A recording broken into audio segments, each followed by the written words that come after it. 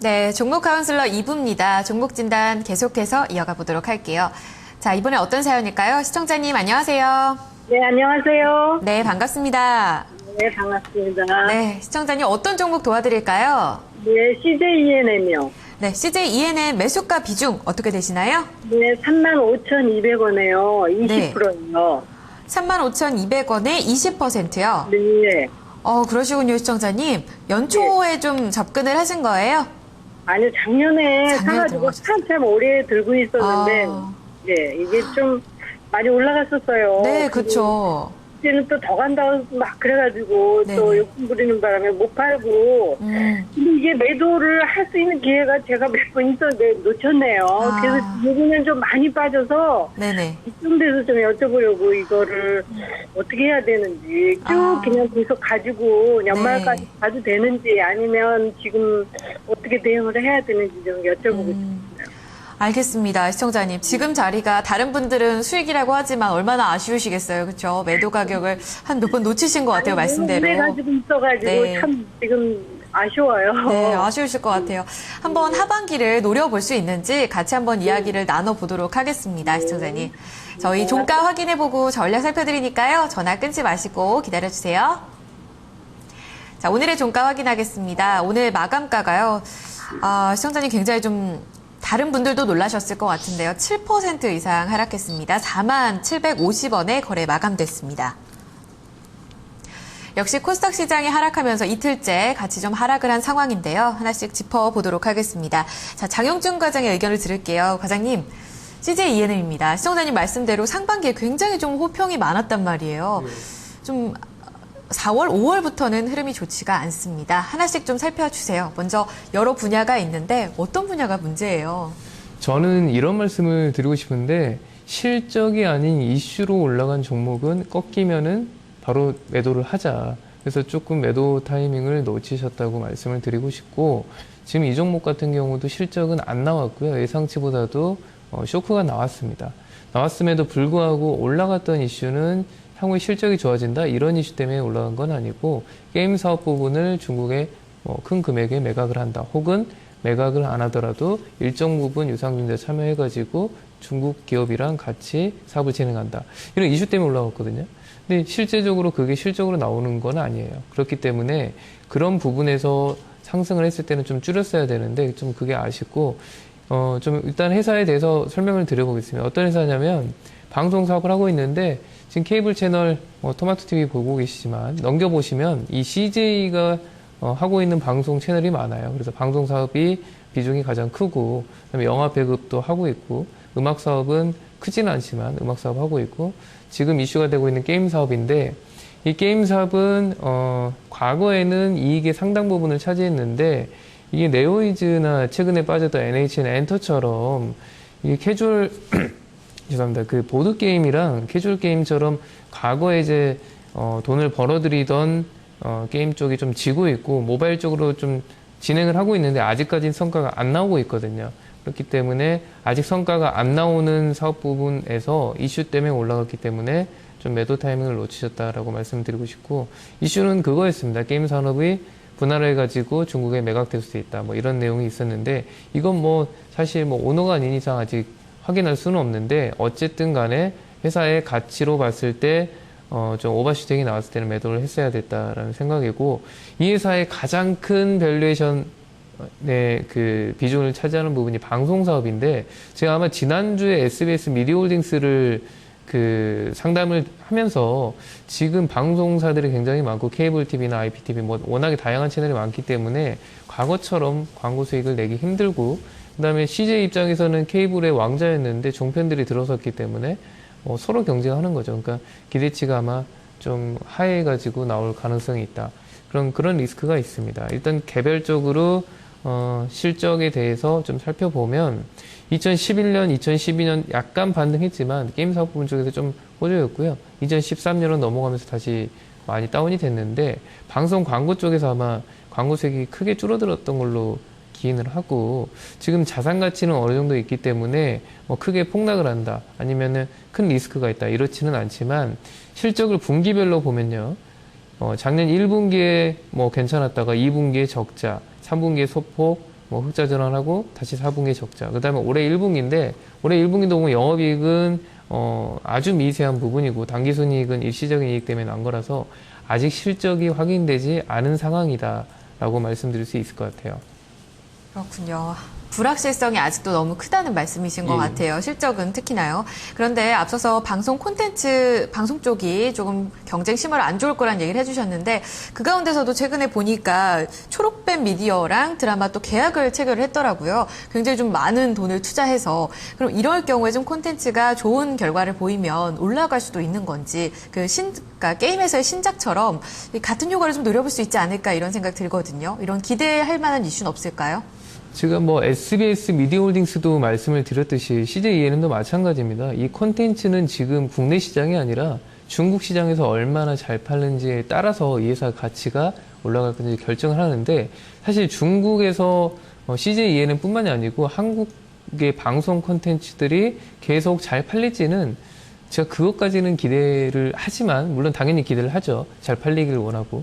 근데 기대하는 수준에서 어느 정도 나올지를 사실 예측하기에는 좀 힘든 부분이에요. 왜냐하면 중국의 이제 방송사들도 어느 정도의 질적 수준이 향상되면 자체적으로 제작하는 능력이 늘어날 거고 그랬을 경우에 어떻게 이제 한국의 콘텐츠들이 소비될지는 모르겠는데 어쨌든 그런 이슈가 나왔을 때 긍정적인 부분은 있어요. 근데 그게 어떤 제조업이나 다른 것처럼 예측할 수 있는 부분이 아니에요. 게임이 흥행할지 못할지 드라마가 흥행할지 못할지를 예측하는 건 상당히 힘들지 않습니까? 그러니까 그거는 약간 불확실한 부분이 있다라고 말씀드리고 싶고 지금 이 회사의 가장 큰 수익은 어쨌든 방송 사업의 광고 수익인데 거기는 아마 단가 인하가 돼가지고 향후에도 실적이 그렇게 회복되기 힘들다고 보고 있고 지금 기대되고 있는 것은 게임 사업 부분을 일단 매각해서 내보내지 않는다는 가정하에 기존에 있던 그 게임 사업 부분에서 좀 힘든데 지금 모바일 게임으로 하나씩 론칭을 하고 있거든요. 근데 이게 물론 대박이 날 수도 있어요. 컴투스나 게임빌처럼 특정 게임이 정말 전 세계적으로 큰 흥행을 하면 대박이 날 수 있는데 그것도 마찬가지로 불확실하죠. 이 게임이 흥행할지 안 할지는 모르는 상황이기 때문에. 그리고 지금 시청자분은 어쨌든 수익이 많이 나셨던 상황이었는데 놓치신 거잖아요. 그러니까는 비중 조절은 좀 해보자는 차원에서 제가 이 다음에 기술적인 내용을 좀 말씀을 드려볼게요. 다행히도 지금은 수익권이세요. 하반기까지 좀 반등을 노려본다면 어느 자리에서 좀 정리가 필요할까요? 그러니까 일단 하반기까지 노린다는 거에 대해서는 저는 개인적으로는 좀 반대인데 하반기까지 이걸 또 계속 갖고 있다가 또 올라갔다가 내려갔다가 올라갔다 내렸다 할 건데 아마 시청자분은 고점에서 매도를 못 하셨기 때문에 다시 한번 여기 고점까지 올라갈 때까지 기다린다 이런 생각이신데 저는 약간 다르게 생각하고요. 제가 초반에 말씀드렸듯이 이슈 때문에 올라갔고 실적 때문에 올라간 부분이 아니었기 때문에 그때는 매도를 했어야 되는 매도를 놓치신 부분이에요. 그러니까 지금 다시 그때까지 올라가겠거니 이렇게 기다린다기보다 뭐 제가 드리는 목표치는 사실 다른 분에게도 해당이 되지만 시청자분이 좀 아쉬운다고 하면은 절반 정도를 제가 제시해드린 가격에서 좀 줄여보는 전략이 필요할 것 같고 일단 지금 차트를 보면 지지선이 이탈해가지고 문제는 거래량이 실리면서 이탈했죠. 기관들이 대규모 손절하면서. 그래서 단기 반등 최대치를 전 121선으로 보고 있고 만약에 이제 손절라인 제시한다면 201선을 제시해드리는데 어차피 손절 구간은 아니시고 그래서 이제 비중을 좀 조절해보는 구간을 한번 제시를 드릴게요. 일단 차트로 보고 설명을 드려볼게요. 일단 일봉으로 보면은 지금 여러 번 놓치셨어요. 매도 타이밍을. 근데 제가 아까 말씀드렸듯이 이런 부분들이 실적에 기한 아니고 회사의 밸류에이션 때문에 올라간 부분이 아니라는 거죠. 그렇기 때문에 매도 타이밍을 했어야 됐고 다시 한번 기회를 주지 않습니까? 근데 또 놓치셨고요. 이번에 빠진 거는 사실 실적이 이제 실적 실망스럽구나 하는 것도 있지만 이 시장의 수급이 코스닥을 좀 덜어내고 대형주 쪽으로 좀 가는 그런 길목이 있는데 일단 매니저들에 의하면 한 2주 정도는 리밸런싱이 지속될 것 같아요. 그러니까 코스닥을 좀 덜어내는 구간이 지속되기 때문에 기술적인 반등이 나온다면 크지 않다. 그래서 제가 지금 제시해드릴 거는 여기 보시는 요 음봉 있지 않습니까? 오늘 나온 음봉에서 왔다 갔다 한다고 생각을 해요. 그러니까 많이 반등을 한다고 했을 때 44,000원 정도고 만약에 지금 가지고 계신 분이 손절 물론 시청자분은 익절이겠죠. 4만 원을 이탈한다고 했을 때는 크게 하락할 수도 있는 리스크가 있다. 이렇게 보고 제가 아까 말씀드렸듯이 시청자분이 오랫동안 가지고 계셔서 매도 타임을 놓치셨다면 제가 말씀드린 44,000원 구간에서 절반이라도 좀 매도를 하시고 요 구간에서 박스권으로 좀 비중 조절을 하면서 매매를 해보시는 전략이 어떨까 그런 생각이 듭니다. 네, 잘 들었습니다. 시청자님, 네.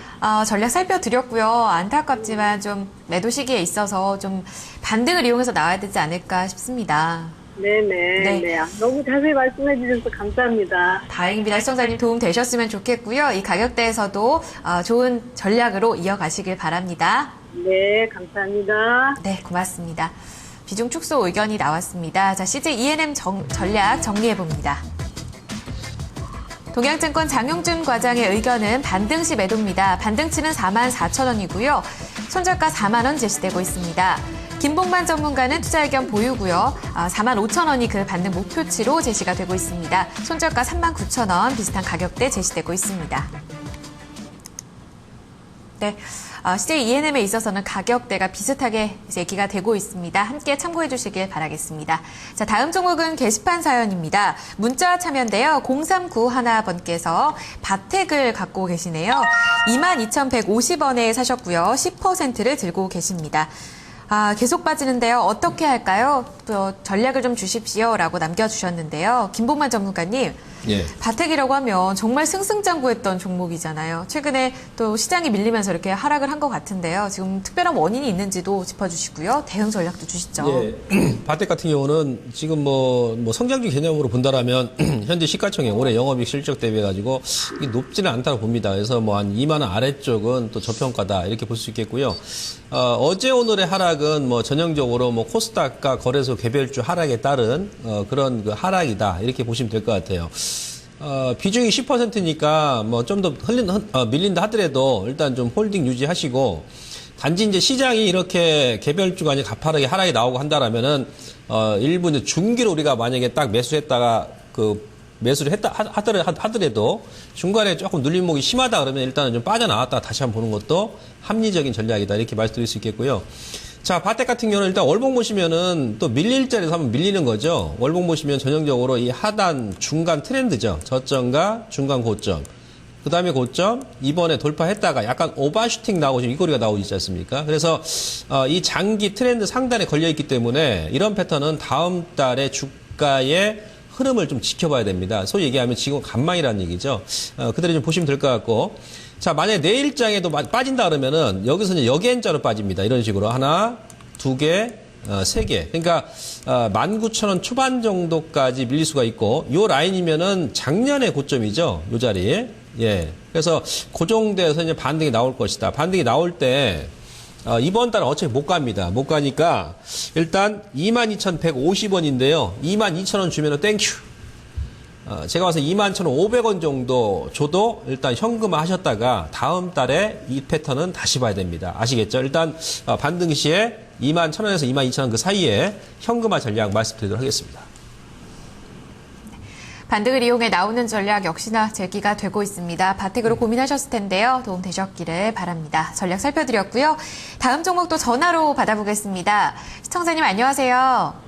네, 안녕하세요. 네, 어떤 종목이 고민이신가요?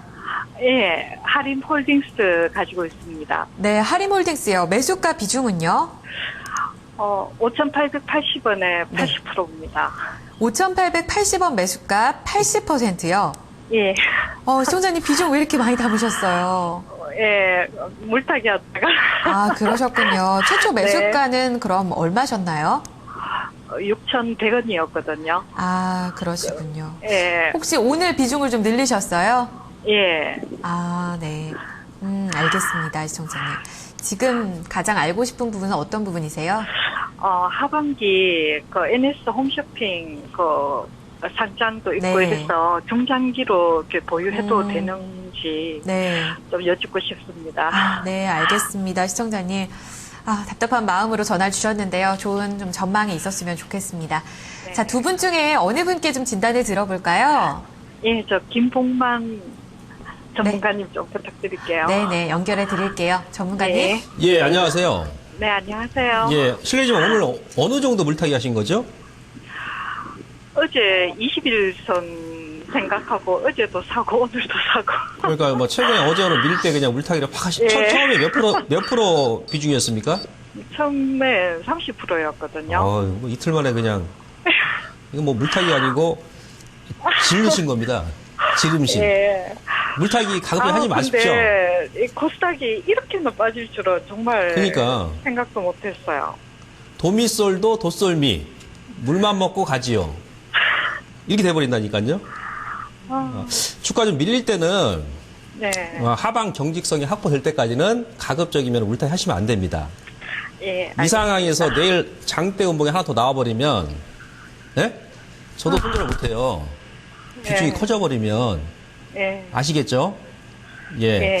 자, 하리원딜스는 오늘 뭐 전체적으로 뭐 크게 무리가 없습니다. 지금 말씀하신 그 NS 홈쇼핑 상장 관련해 가지고 이제 연말 정도 지금 예상하고 있는데 뭐 지난달에도 일단은 뭐 그 예비 뭐 그 사업 발표, 계획 발표가 있었었고, 예. 지금 그 하리홀딩스가 지분을 뭐 한 41% 가지고 있는데, 지금 NS 홈쇼핑이 상장하게 되면 시가총액이 한 7,500억 정도 예상하고 있거든요. 네. 그럼 지금은 이제 그 하리홀딩스의 지분 가치만 하더라도 그 3,000억 이상 되죠. 근데 지금 현재 네. 하리홀딩스의 시가총액이 5,300억이면, 예. 뭐 지분 가치의 지금 뭐 절반도 안 되고, 뭐 3분의 2 정도밖에 안 되고, 네. 아울러서 자체적으로 지금 뭐 하림이라든지 뭐 팜스코 자회사들의 실적이 상당히 좋기 때문에 네. 어찌 보면 현재 주가는 우리가 이제 밸류 측면에서 본다라면은 뭐 아직도 상당히 저평가입니다. 네. 그래서 뭐 기관들하고 지금 외인들도 아직 떠나질 않고 끈을 쥐고 있죠. 네. 그러나 최근에 일단 구제역 얘기가 나오고 뭐 주로독감 얘기 나오면서 하림의 주가 상당히 많이 빠졌죠. 네. 거기다가 이제 어제 중복 지났죠. 네. 10일 뒤에 이제 말복 지나면 예. 닭고기들도 좀 모멘텀이 없죠. 예. 예, 거기다 이제 뭐 NS 홈쇼핑 그 재료는 다 알고 있고 시장에서 네. 조금 이제 기술적으로 좀 눌림을 줘야 됩니다. 다른 변화는 특이한 게 없고요. 예. 거기다 이제 코스닥은 이제 거래소 개별주가 빠지니까 좀 빠지는 겁니다. 이럴 네. 때는 비중을 좀 운신의 폭을 좀 줄이셔야 돼, 좁히셔야 됩니다. 네. 약간 웅크려야 돼요. 물타기 하는 게 아니고 오히려 줄이셔야 된다는 얘기야. 예. 자, 잠깐 그림 보시죠. 네. 자, 내일 정도 일단 반등이 나올 것으로 판단이 됩니다. 오늘까지 네. 뭐 코스닥이 급락이 나왔기 때문에 내일적인 네. 기술적 반등이 나오는데요. 네. 만약에 내일 반등이 나오면 지금 그 시청자님 사신 가격대 5,800원, 5,900원, 6,000원입니다. 예. 거기서는 무조건 절반 이상 줄이셔야 돼요. 예. 아시겠죠? 예. 약속 지키십시오. 알겠습니다. 아래쪽 61선입니다. 5,450원이에요. 예. 이 단가를 깨게 되면 또 손절성 물량이 나와버립니다. 예. 다른 개인들. 예. 5,450원을 깨더라도 추가적으로 오늘 물타기 했던 물량만이라도 줄이셔야 돼. 아시겠습니까? 예. 예. 그럼 와서 나머지 물량 그대로 보시는데 어차피 이번 달은 흐름이 안 나와요. 예. 큰 흐름이 안 나옵니다. 왜냐하면 지금 월봉 보시면은 추세선 상당 저항라인에서 지금 딱 윗골이 나오죠. 예. 요 라인에서. 그죠? 예. 이런 패턴은 8월 첫째 주까지는 봐야 됩니다. 예. 그러니까 결론은 뭐냐? 전체적으로 어떤 기업의 모멘텀 변화는 없는데 예. 단지 우리가 주식이라는 것은 기술적 분석도 중요하다는 얘기예요. 예. 시장이 조금 피곤하다, 개별주가. 그럴 예. 때는 중장기 물량이라 할지라도 우선은 줄이고 보는 것이 원칙이죠. 네. 이런 차원이에요. 그래서 다른 건 다 좋은데요. 일단 기술적으로 시장이 조금 대형주 쪽으로 움직이니까 예. 절반 이상은 좀 줄이자 이렇게 말씀드리도록 하겠습니다. 시청자님 너무 답답하실 것 같아요. 그냥 네. 저기 제가 제 손절 잘 못하고 이러니까 그냥 하반기까지 계속 들고 가면 안 되나요? 네, 궁금하시죠? 간단하게 한번 여쭤볼게요. 김봉환 전문가님, 예. 하반기에 아무래도 조금 미련이 남으실 것 같아요. 지금 비중 너무 많으시니까. 그냥 들고 쭉 오래 좀 오래 놔두면 안 될까요? 그 시장이 지금 대형주 잘 움직이지 않습니까? 저 같으면 지금 한 절반 이상은 줄이셔서, 예?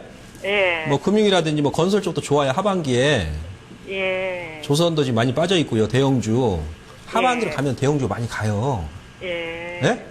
예, 그래서 저라면 절반을 줄이셔서 본전 예. 정도에서 예. 좀 대형주를 좀 한 종목 매수해서 좀 같이 그게 포트폴리오죠. 예, 알겠습니다. 예, 예. 예. 네, 시청자님 감사합니다. 도움 예. 되셨으면 좋겠고요. 한 번 더 고려를 해보시길 바랍니다. 예, 감사합니다. 네, 반등치도 예, 기억해 전문가님. 주세요. 예, 전문가님 감사합니다. 예. 네. 네, 고맙습니다. 하림홀딩스 함께 좀 살펴봤습니다. 게시판 종목도 살펴보도록 하겠습니다. 이번에도 문자 참여로 사연을 주셨습니다. 2515번께서 인성정보를 갖고 계시는데요. 8,400원에 매수를 하셨고요.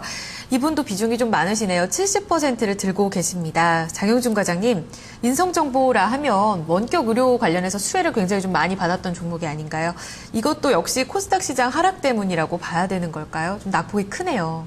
예, 일단 코스닥 하락 때문에 그런 건 맞고, 회사 원격 의료 관련 사업 부분이 신사업 부분이고, 기존 사업 부분에서는 IT 솔루션하고 뭐 유통 사업을 하고 있는데, 그쪽은 좀 지는 사업 부분이고, 지금 주가가 올라갔던, 그러니까 4, 5천 원 하던 게 10,000원까지 갔던 거는, 뭐 의료 민영화나 아니면 원격 그 의료 진단, 이런 거, 그리고 특히 해외 쪽으로 진출했기 때문에 그런 성장성을 준 건데, 일단 간단하게 말씀드리면 지금 시장에서 코스닥 종목 중에서 향후에 정말 돈 많이 벌겠다, 신사업 괜찮다, 잘 되고 있다, 기대감 있다, 이런 걸로 올라가는 시기는 아니에요. 뭐 인성정보도 마찬가지고 하림홀딩스 그 전에 했던 종목도 마찬가지인데, 어떤 기대감으로 올라간 종목은 빠졌을 때 반등이 크지 않다, 저는 그렇게 보고 있고, 지금 기관이 사고 있는 걸로 좀 착각을 하시면 안 되고, 수급을 보면 기관은 아주 미세한 물량으로, 그리고 매도할 때는 또 과감하게 매도 때리더라고요. 그렇기 때문에 지금은 사실 리스크 관리를 해야 되는 타이밍이고, 그 너무 중소형 종목에 거의 몰빵 정도 수준의 매도 좀 비중을 담은 거 아닌가라는 생각이 들고, 일단 차트를 보고 설명을 드릴게요. 지금 매수가가 이 정도라는 거는 지금 한 번씩 치고 갔을 때 위쪽에서 샀다는 거거든요. 지금 뭐 요 정도에 사셨는지 요 정도에 사셨는지 모르겠는데 위쪽에서 사셨다는 거고, 지금 다시 치고 맞고 내려오고 맞고 내려오고, 이때 매도를 못했다는 거죠. 그러니까 뭐 내가 산 가격에서 일단 손해는 안 보고 팔겠다, 이런 습관은 조금 버리시는 게 좋을 것 같고, 다행인 거는 일단 내일 돼봐야지 알겠지만 121선을 끼지 않고 아래꼬리가 약간 나왔어요. 그리고 거래량도 빠질 때 크지 않았고, 그래서 이제 반등은 나올 건데 지금 비중이 너무 많아요. 너무 많기 때문에 반등 나왔을 때 21선에서 좀 줄이자. 저는 7,600원 정도 가면 될 것 같은데, 그 정도를 좀 목표치 절반 이상, 지금 저는 한 20% 정도만 남겨놨으면 좋겠어요. 그러니까 향후에 해외 수출이나 좀 신성장 부분에서 기대가 있다면 한 20% 정도는 좀 길게 가져가 보되, 지금의 시장 흐름이 아니기 때문에 7,600원 정도 반등 오면 나머지는 좀 매도로 생각을 하시고, 손절 라인은 내일이 될지 모레가 될지, 일단 지금 코스닥이 빠지는 거에 단기 반등이 온다고 했을 때 목표치를 7,600원이기 때문에, 그 밑으로 빠진다면 이 회사가 신용을 최근에 봤더니 계속 늘어나고 있어요. 대차 거래량도 늘어나고 있고, 그렇기 때문에 120선을 깨야 되는데, 근데 그게 사실 일시적으로 빠진지 모르기 때문에 한 이틀 정도는 더 보유하신다는 생각으로, 만약에 목요일까지 보유를 했는데 120선을 회복 못하고 빠져있다, 그러면은 저는 일단 절반 이상, 절반 정도는 선절을 하시고 일단 그 다음에 다시 한번 상담을 해주시는 게 나을 것 같아요. 네, 그 반등치로는 7,600원 1차적으로 목표가가 제시가 되고 있고요. 손절가 목요일까지 흐름 확인해 보시면서 120이평선 무너질 경우에는 거의 절반 이상 손절로 대응을 하자는 의견입니다. 자, 2부 마지막 종목 인성정보까지 살펴드렸습니다. 저희는 3부로 돌아오겠습니다.